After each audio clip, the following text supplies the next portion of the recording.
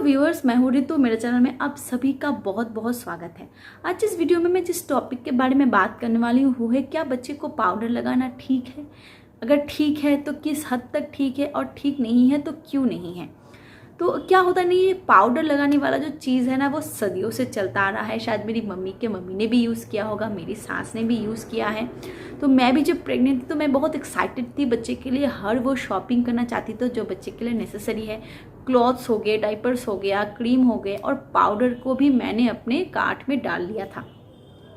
पर जब मैं बच्चे को लेके डॉक्टर के पास फर्स्ट विजिट के लिए गई तो मैं जब बच्चे को लेके डॉक्टर के साथ में जब कंसर्न कर रही थी कि मुझे क्या क्या चीज़ करनी है, तो सबसे पहले डॉक्टर ने मुझे जो जो चीज़ कही उसमें लिस्टेड है कि पाउडर नहीं लगाना है। तो मैं शॉक हो गई कि ऐसा क्यों है।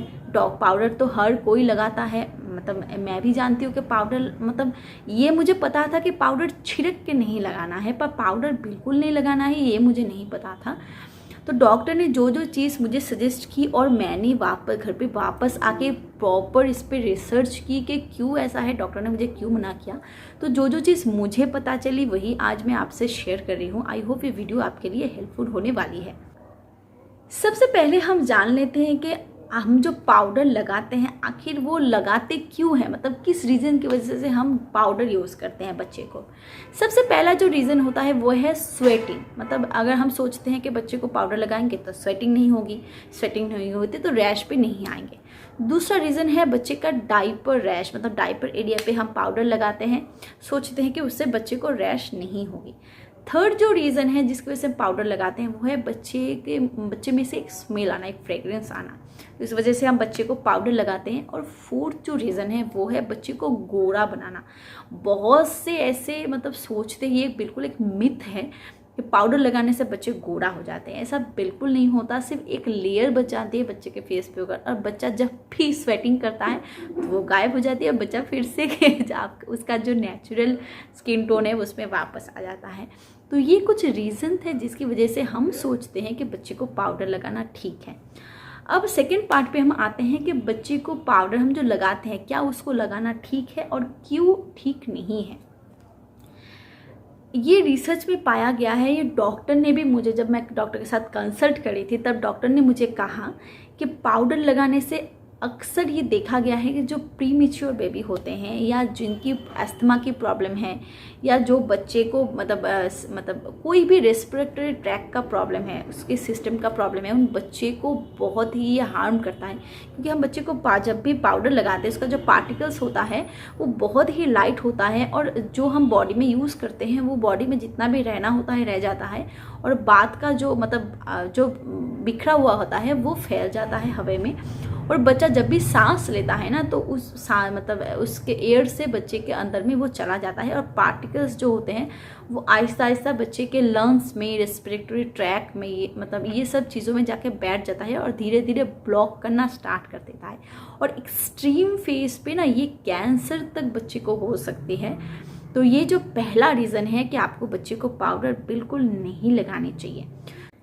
सेकेंड जो चीज़ है वो है बच्चे को स्किन की प्रॉब्लम हो सकती है, डर्माटाइटिस की जो प्रॉब्लम है वो हो सकती है, क्योंकि बच्चे की स्किन अभी बहुत सेंसिटिव होती है। पता नहीं आप कौन से केमिकल वाला पाउडर बच्चे के लिए यूज़ करते हो, और पाउडर का मतलब ही है कि उसमें केमिकल ज़रूर होता है, तो बच्चे को उससे हार्म हो सकती है।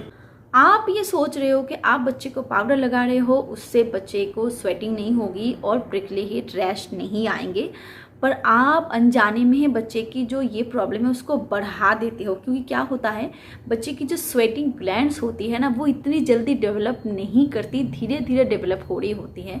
अगर आप बच्चे को स्वेटिंग हो रही है और उस जगह पे आप बच्चे को पाउडर लगा देते हो तो बच्चे का जो स्वेटिंग ग्लैंड है वो ब्लॉक हो जाता है और उससे बच्चे को रैश अगर नहीं भी होनी होती है तो तब भी हो जाती है, क्योंकि बच्चे का जो स्वेटिंग ग्लैंड्स है वो ब्लॉक हुआ है और बच्चे का जो स्वेटिंग है वो बाहर नहीं आ पा रहा है। उसकी वजह से रेड जो बम्स है वो बाहर आ जाते हैं और उससे रैश ज़्यादा होता है, रैश बहुत ज़्यादा फैल जाता है, उससे इन्फेक्शन तक भी बच्चे को हो सकता है।